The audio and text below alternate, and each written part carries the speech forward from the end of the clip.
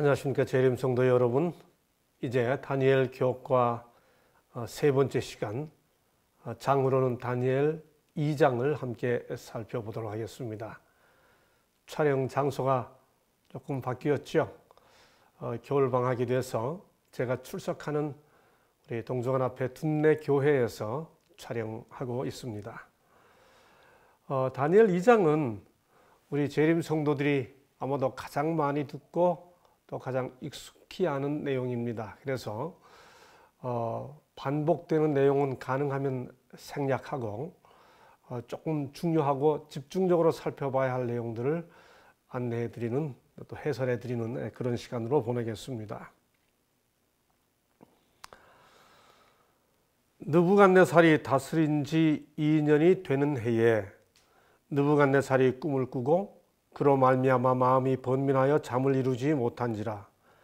왕이 그의 꿈을 자기에게 알려주도록 박수와 술객과 점장이와 갈대아 술사를 부르라 말하매 그들이 들어가서 왕의 앞에 선지라.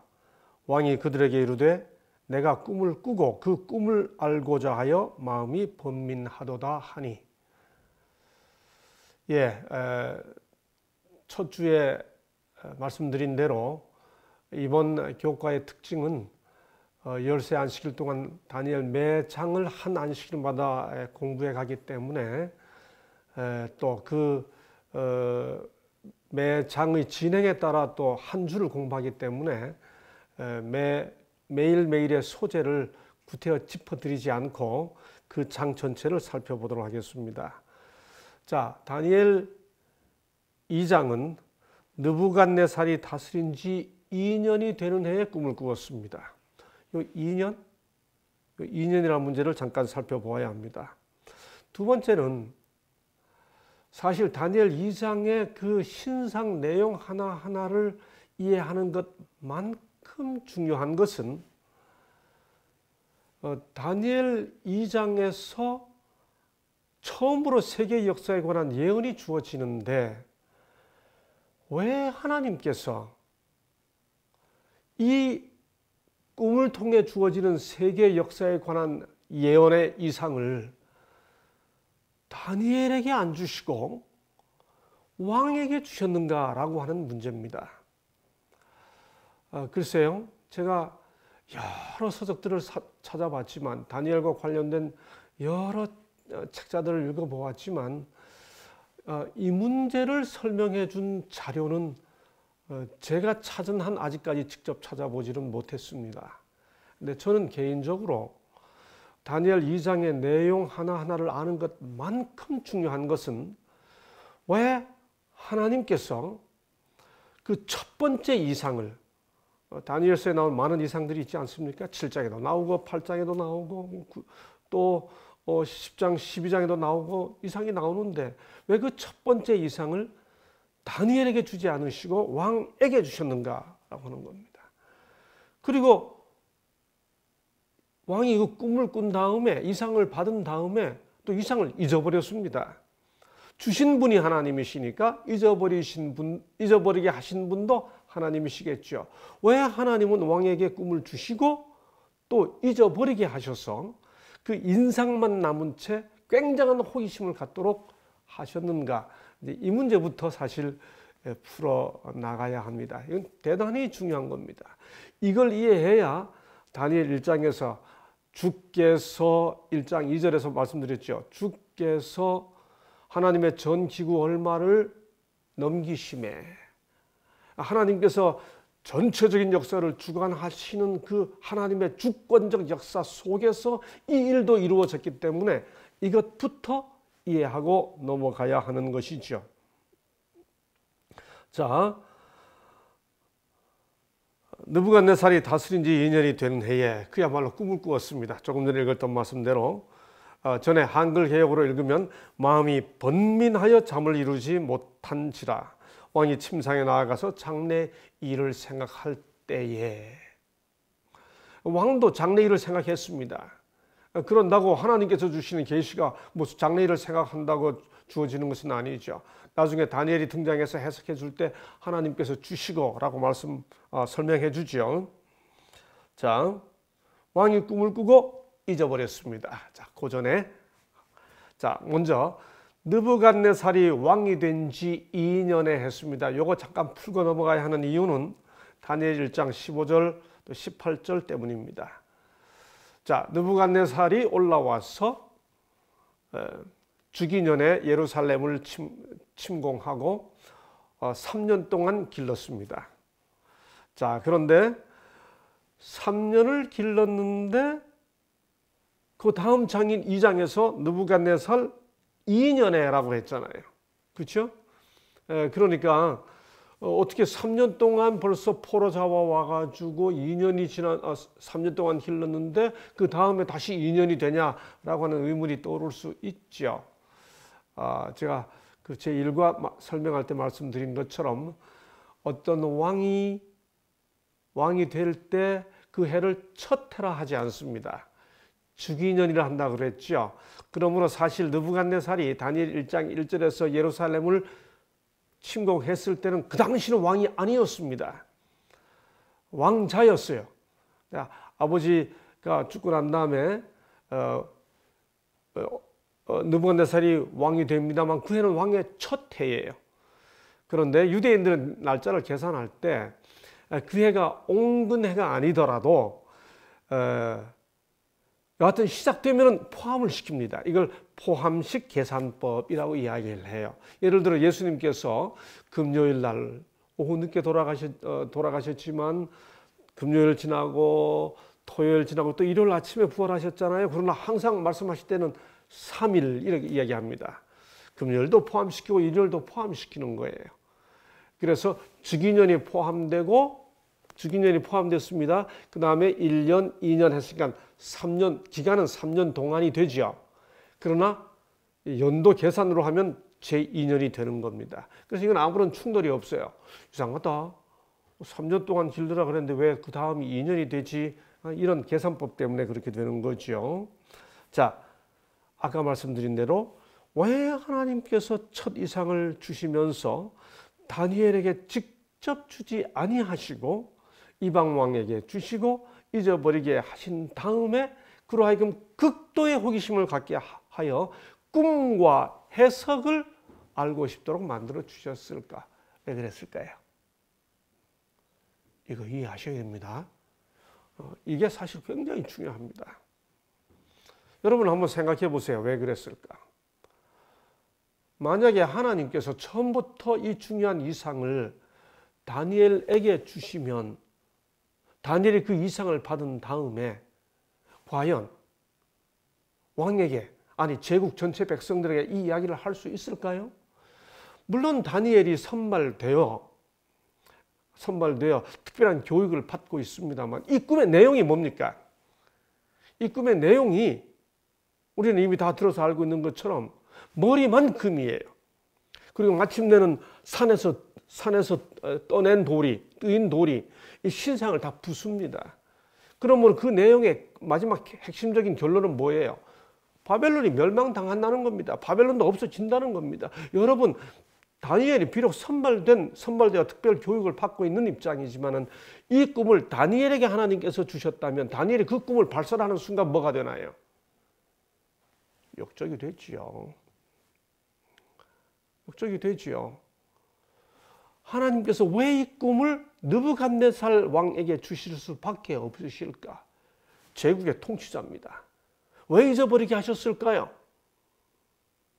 다니엘로 하여금 해석하게 하심으로써 다니엘이 믿는 하나님에게 이 꿈이 하나님께서 주셨다는 사실을 느부갓네살이 인정하지 않을 수 없도록 하는 방법을 주님이 택하신 거죠. 하나님의 주권입니다. 하나님께서 주께서 허락하심매라고 하는 그 정신이, 그 의도가, 그 뜻이, 그 목적이 여전히 이 꿈을 주시는 방식에서도 역사하고 있는 것을 확인할 수 있는 거지요. 하나님의 주권은 살아계십니다. 꿈을 주시는 방법을 통해서도요. 대단히 중요합니다. 이것이 다니엘서 전체를 지배하는 주제이기 때문에 그런 것이죠. 자, 왕이 꿈을 꾸었습니다. 네. 그리고 인상만 남고 잊어버렸습니다. 그래서 꿈을 자기에게 알려주도록 합니다. 내가 무슨 꿈을 꿨는데 이게 무슨 뜻이야가 아니고 내가 무슨 꿈을 꿨지? 이거 알아내 라고 하는 상황이 된 거죠. 당연히 다른 사람들이 아무리 바벨론 박수와 술객과 점장이라 할지라도 말 그대로 어려운 일이라 육체와 함께 살지 아니하는 신들 외에는 이 바벨론 지혜자들도 이 대답을 통해 이런 방식은 신의 영역에 속한 것이다 라고 하는 사실을 고백하고 있는 것이죠. 다니엘 2장 4절입니다. 이에 갈대아 사람들이 왕에게 시리아 말로, 시리아 아람 방언입니다. 이르되, 이렇게 해서 구약 성경에서 본문 중에 이 다니엘 2장 4절부터 7장까지가 7장 마지막 절까지가 시리아 말, 즉 아람 방언으로 기록되어 있습니다. 이 아람 방언은 당시 고대 사회에 통용되고 있던 일종의 이 spoken language, 말하는 언어였습니다. 그래서 다니엘은 이때로부터 이걸 생생하게 전하기 위해 아람 방언으로 기록되어 있어요. 구약에 그 히브리어의 사촌인 아람어가 본문으로 기록되어 있는 아주 중요한 본문이 바로 이 다니엘 2장 4절부터 7장 마지막 절까지입니다. 자, 이렇게 해서 왕이 그 꿈을 알고 싶은 아주 조급한 마음, 호기심이 들게 되었고, 우리가 다 내용을 아는 대로 이 꿈 안 알려주면 다 죽일 거야 라고 말할 만큼 초급해졌죠. 자, 그런데 여기 이상한 접근이 하나 있습니다. 이 명령이 다니엘에게까지 주어진 거죠. 아마도 이때 다니엘은 교육을 마치고 그 지혜자들에게 포함되어 있었던 것 같습니다. 그래서 왕의 근위대장 아리옥이 바벨론 지혜자들을 죽이러 나가매 다니엘이 명철하고 슬기로운 말로 왕의 근위대장 아리옥에게 물어 가로되 이러되 왕의 명령이 어찌 그리 급하냐 하니 아리옥이 그 일을 다니엘에게 알림에 다니엘이 들어가서 그 다음 왕께 구하기를 시간을 주시면 그 해석을 알려드리리이다. 이 부분에서 우리가 하나 또 짚고 넘어가야 할 부분이 있습니다. 다니엘이 분명히 왕께 들어가서 시간을 달라고 그랬어요. 사실 이런 요청은 이전에 바벨론 지혜자들이 먼저 했었죠.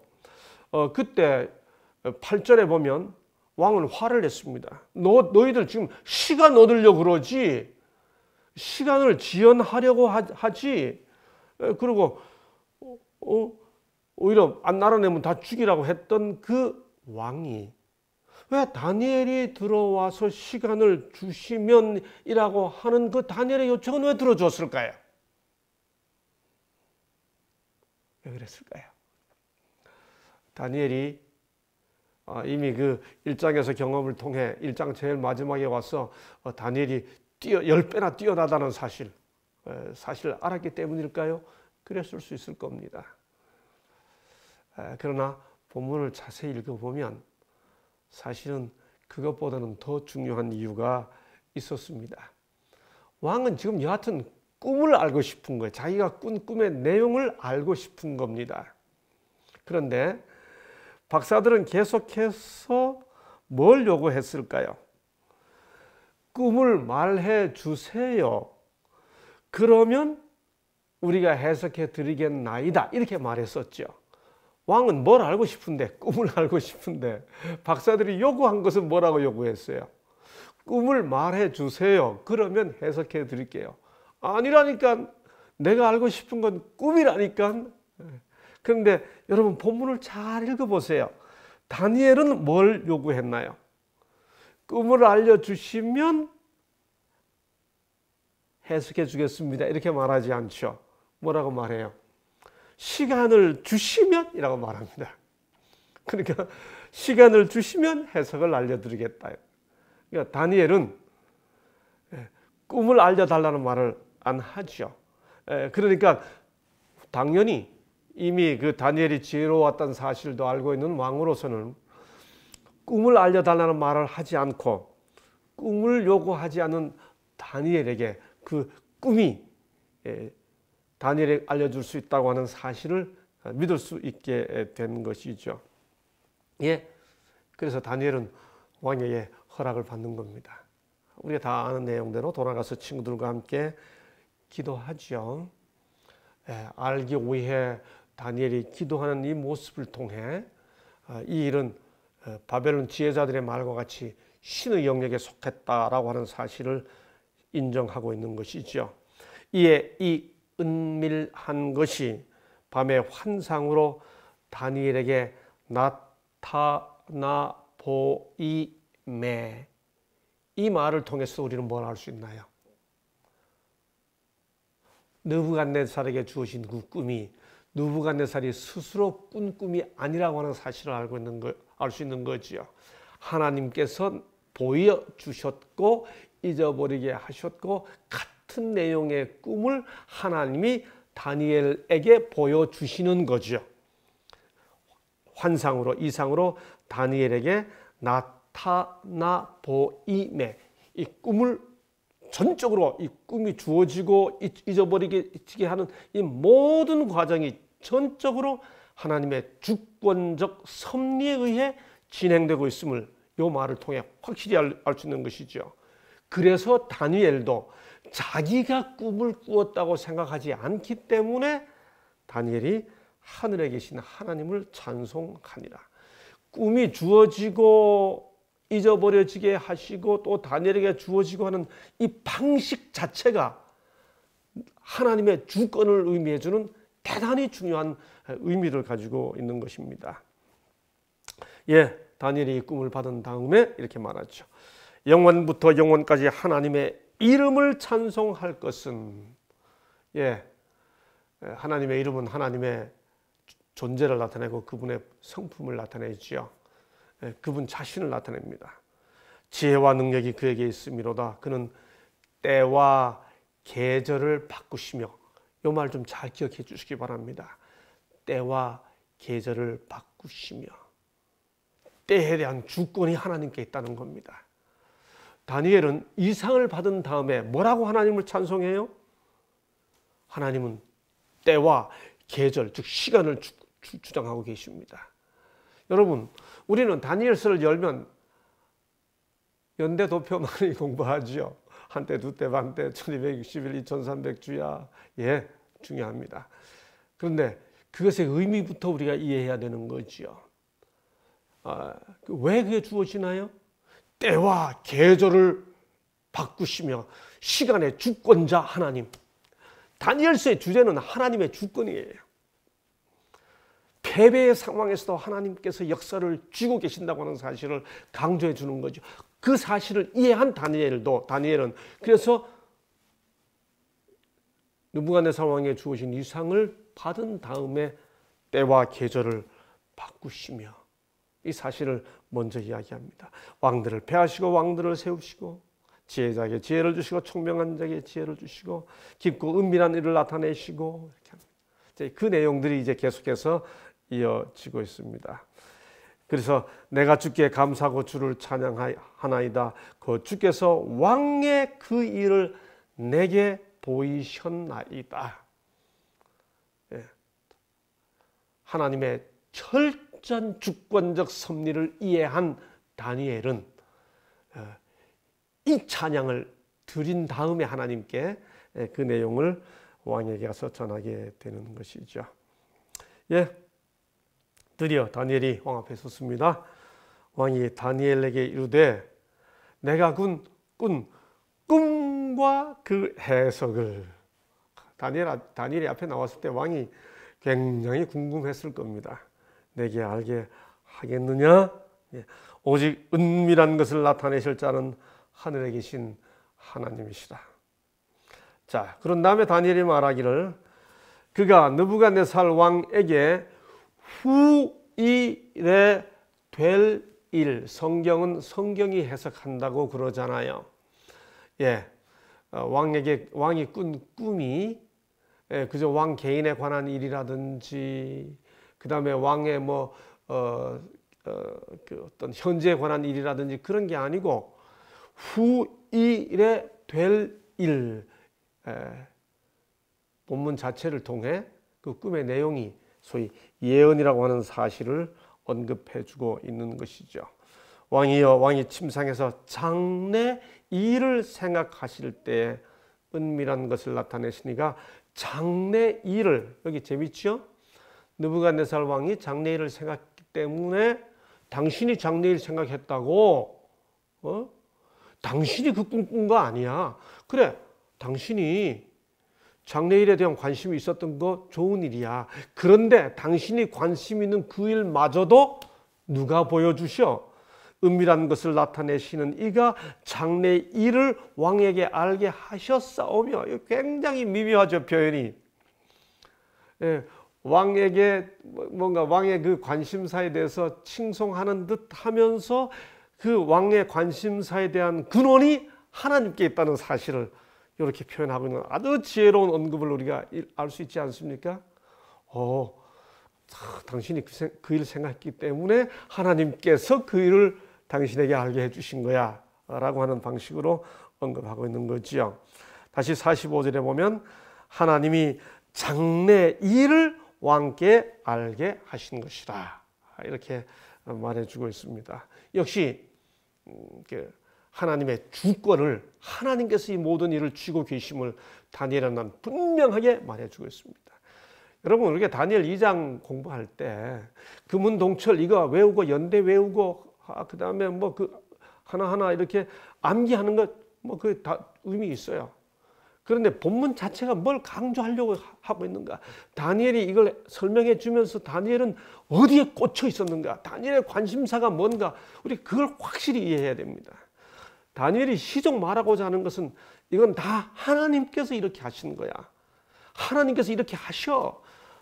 느부갓네살 왕, 당신이 관심이 있어서 꿈을 꿨는데 그거 하나님께서 주신 거야. 당신이 왕이 됐다고, 당신이 역사를 쥐고 있다고 착각하지 마. 지금 다니엘이 말하고 싶은 것은 바로 그거죠.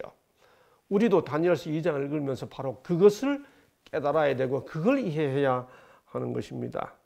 예, 이제 왕이 꾼 꿈의 신상 내용을 쭉 말해줍니다. 이 내용 반복하지 않겠습니다. 예, 그러나 너무도 익숙해 하는 내용들이기 때문에 우선 왜 하나님께서 왕에게 세계 역사에 관한 이상을 주실 때 신상으로 주셨을까요? 왜 그랬을까요? 뭔가 봤는데 뭐더라 하고 잊어버리게 하면서 아주 쉽게 인상은 남아있는.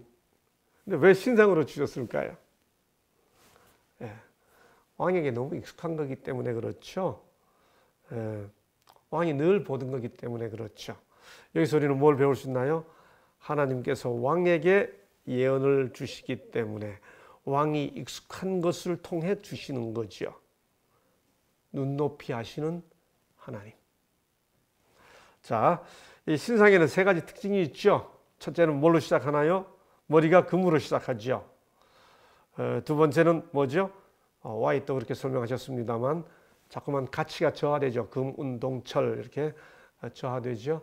뭐 또 역사적으로는 고대에는 은이 금보다 더 가치가 있었다는 이론도 있습니다만은 성경 자체 안에서는 금, 은 혹은 은금 이 순서가 바뀐 경우는 있어도 금이 더 가치가 있다는 사실이 성경 전체에 늘 일관되고 있죠.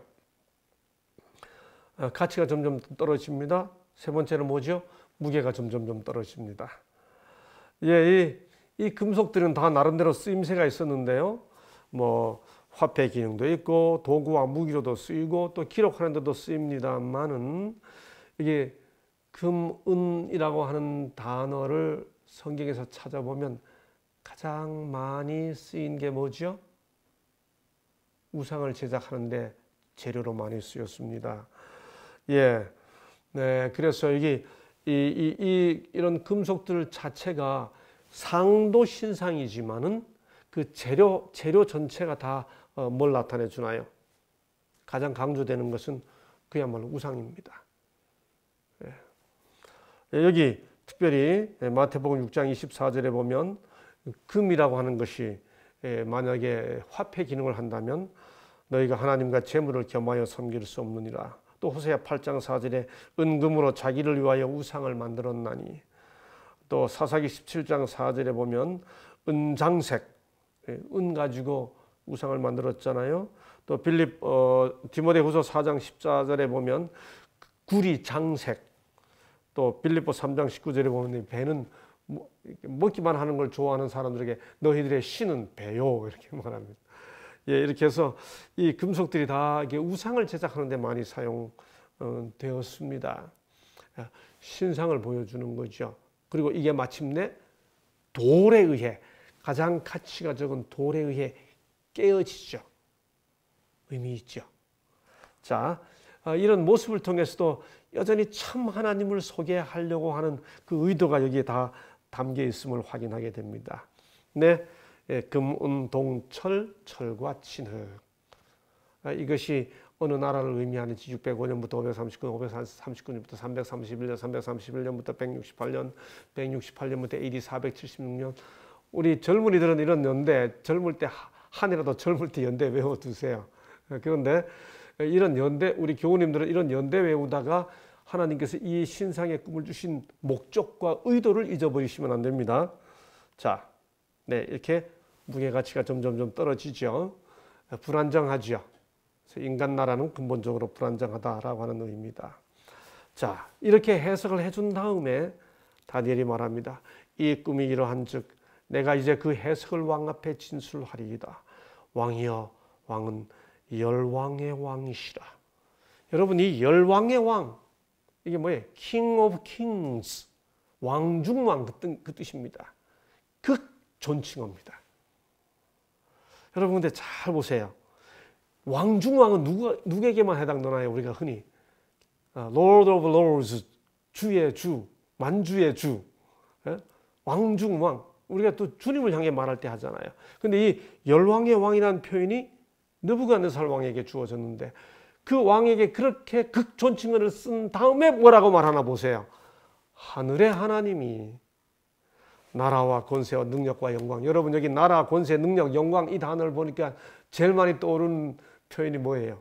주기도문이죠.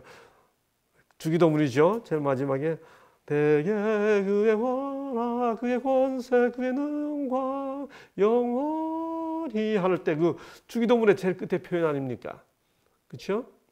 이 나라와 권세와 영광, 능력과 영광, 이거 하나님께 돌리는 건데, 열왕의 왕이라고 표현한 다음에 그 능력과 나라와 권세와 영광을 하나님이 주셨다, 이렇게 표현합니다. 근데 어떤 하나님요?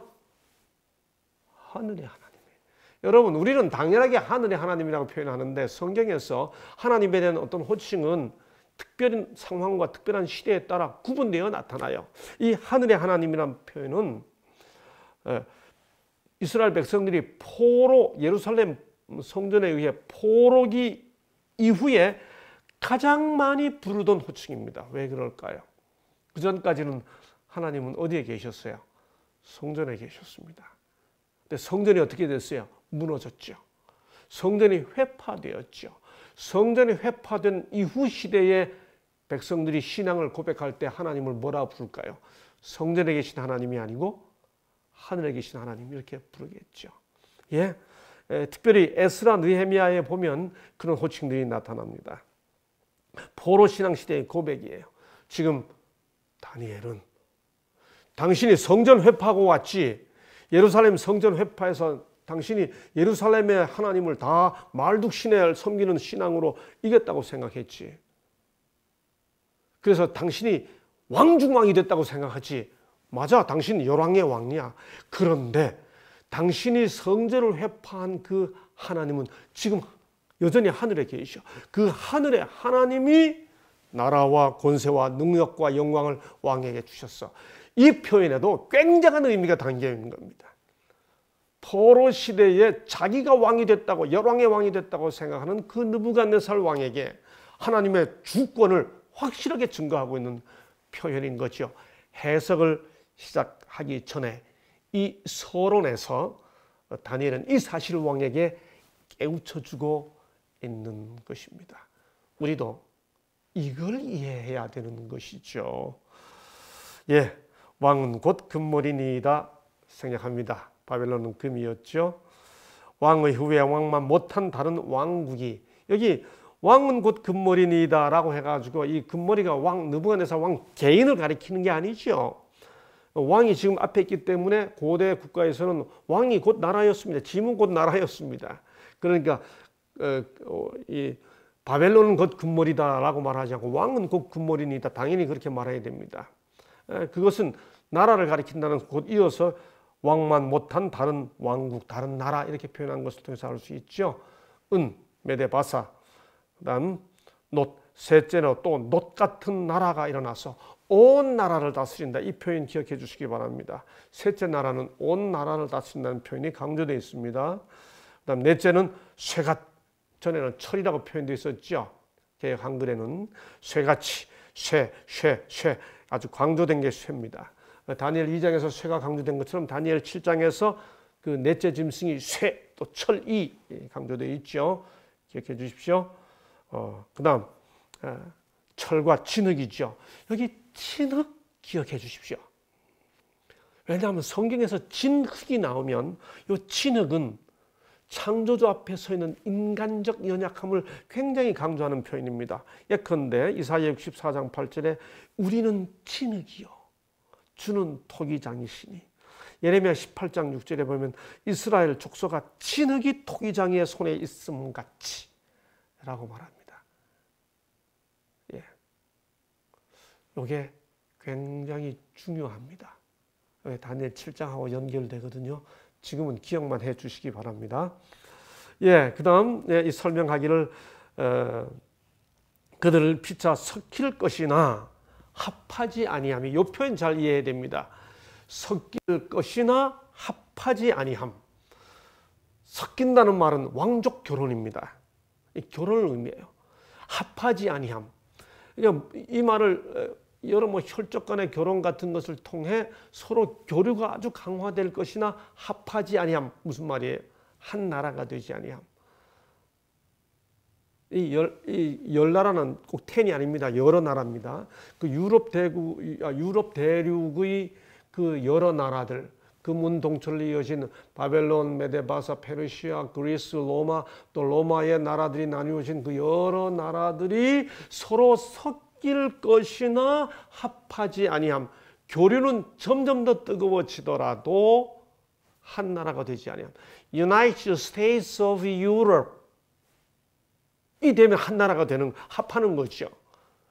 그런데 화폐 같이 쓰고 이건 뭐 하는 거예요? 서로 섞이는 거죠.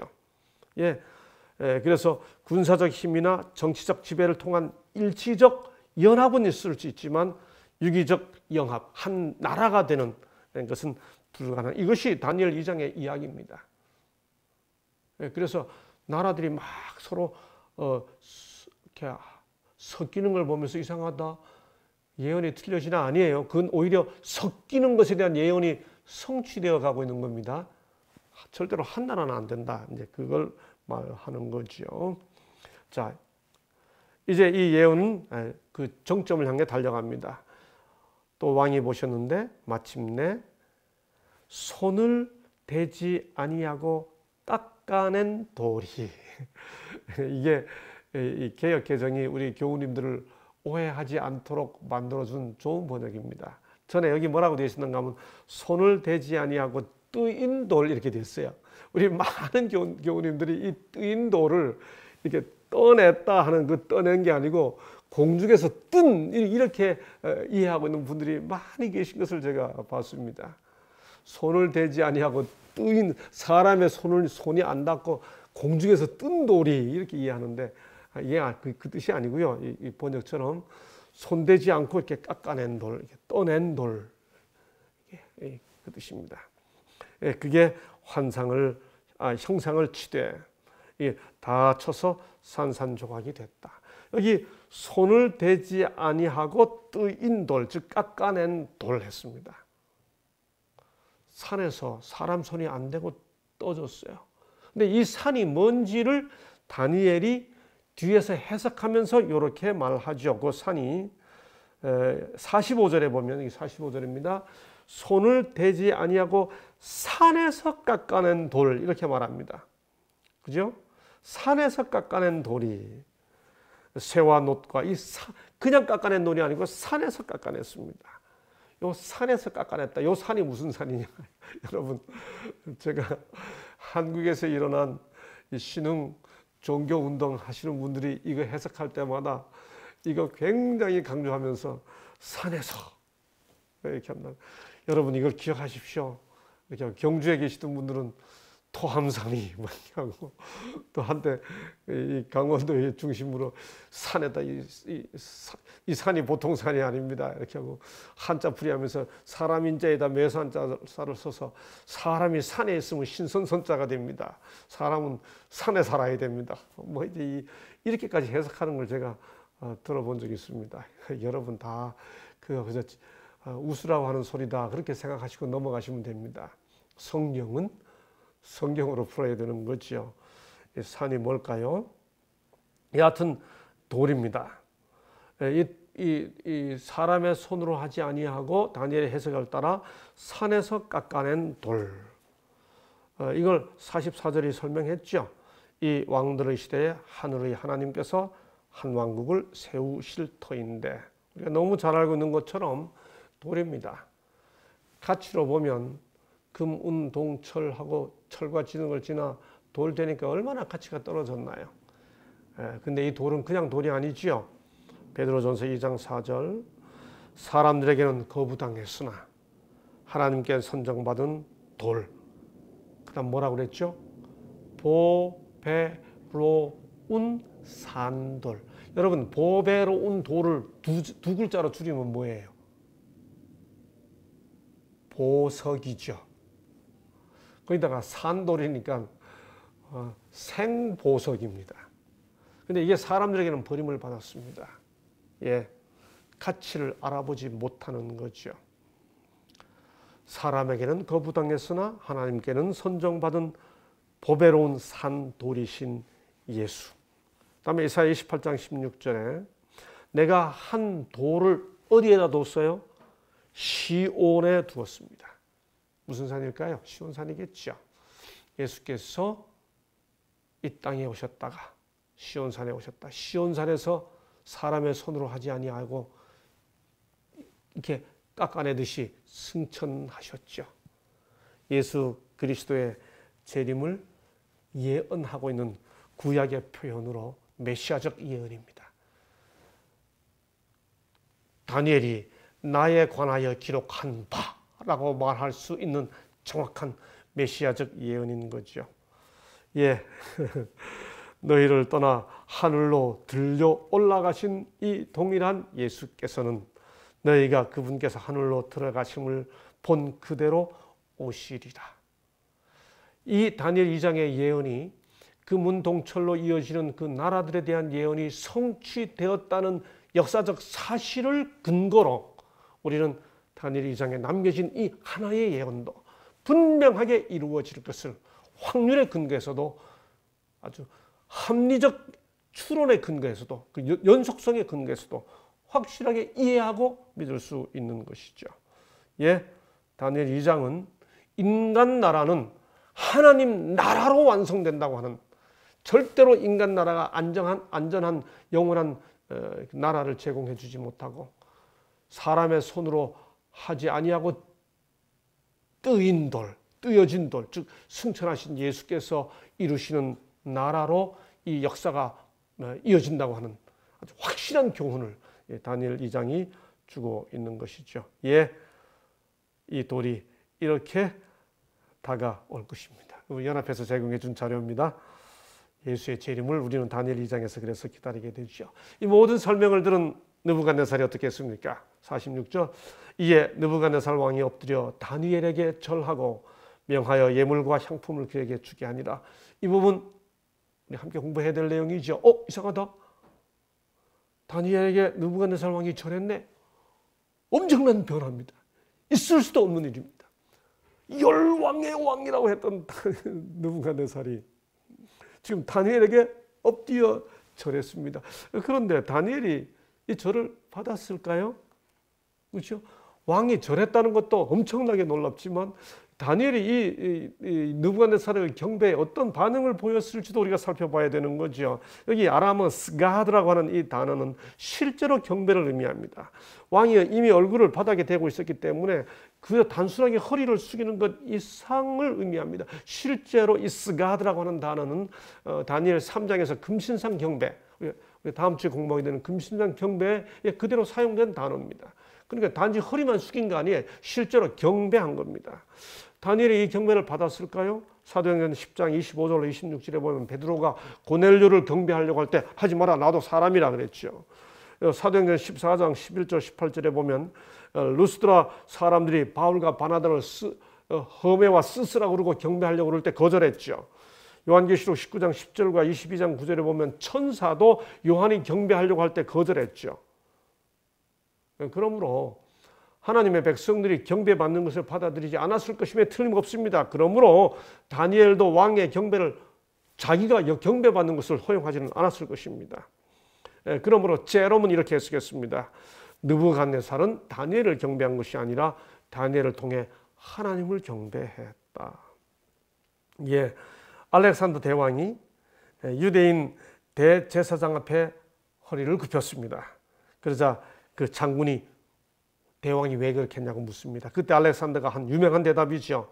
나는 그를 경배한 것이 아니라 대제사장직으로 그를 명예롭게 해준 하나님을 경배한 것이다 라고 대답했다고 요세푸스의 유대 고대사에 기록되어 있습니다. 느부갓네살이 아직 완전하게 참 하나님을 받아들인 단계까지는 나가지 않았을지라도 그 참 하나님 앞에 경배하는 행동을 표현해주고 있는 것을 확인하게 되는 것이죠. 예, 다니엘 2장 28절에 2장 47절에 내가 능히 이 은밀한 일을 드러내는 것을 보니 진실로 너희 하나님은, 아직은 나의 하나님이라고 말 안 합니다. 너희 하나님은 신들의 신이시요 왕들의 주시며 은밀한 일을 드러내시는 이시로다. 느부갓네살이 그렇게 말하죠. 마지막 요 말은 결국 다니엘이 28절에서 말한 오직 은밀한 것을 나타내실 자는 하늘에 계신 하나님이시라 라고 한 다니엘의 말에 대한 왕의 화답이 되는 거지요. 예, 너희 하나님은 참으로 모든 신의 신이시요 모든 왕의 주제시로다. 이렇게 해서 마침내 다니엘이 어떻게 됐습니까? 바벨론 지혜자들의 우두머리가 되었다. 다니엘은 모든 바벨론의 모든 지혜자들을 다스릴 총독들의 우두머리.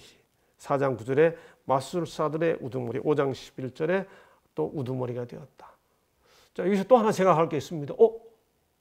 바벨론 지혜자들, 술객과 점쟁이들의 우두머리가 되었다는 말은 다니엘도 술객이 되고 점쟁이가 되었다는 뜻일까?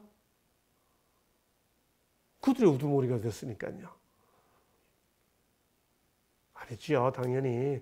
여러분, 이걸 이해하는 아주 중요한 근거가 하나 있습니다. 그게 뭘까? 예수님을 뭐라고 불러요? 천사장 미가엘 이렇게 부르죠.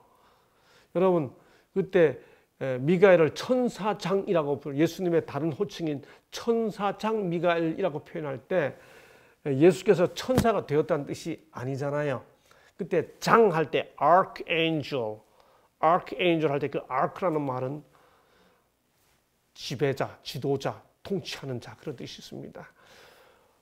천사가 아니면서 천사장 미가엘이 되신 예수님처럼 박수와 점쟁이가 아니면서 그들을 다스리는 우두머리가 된 다니엘. 네, 그런 모습이 총독들의 우두머리 혹은 마술사들의 우두머리, 점쟁이들의 우두머리라고 하는 뜻입니다. 결국 아무것도 할 수 없는 그 바벨론 지혜자들에 비해 그들과 같이 아니한 방법으로 오히려 그들의 우두머리가 된 다니엘의 모습. 그 정말 하나님께서 주신 지혜죠. 다니엘 1장은 패배와 포로의 이야기입니다. 다니엘 2장은 왕의 신앙 고백의 이야기입니다. 모든 주권을 보여주시는 하나님의 섭리 앞에. 그런데 그렇게 고백했던 왕이 다니엘 3장에 가서는 변심하죠. 이 변심의 이야기를 기대하면서 오늘은 여기까지 하도록 하겠습니다. 감사합니다.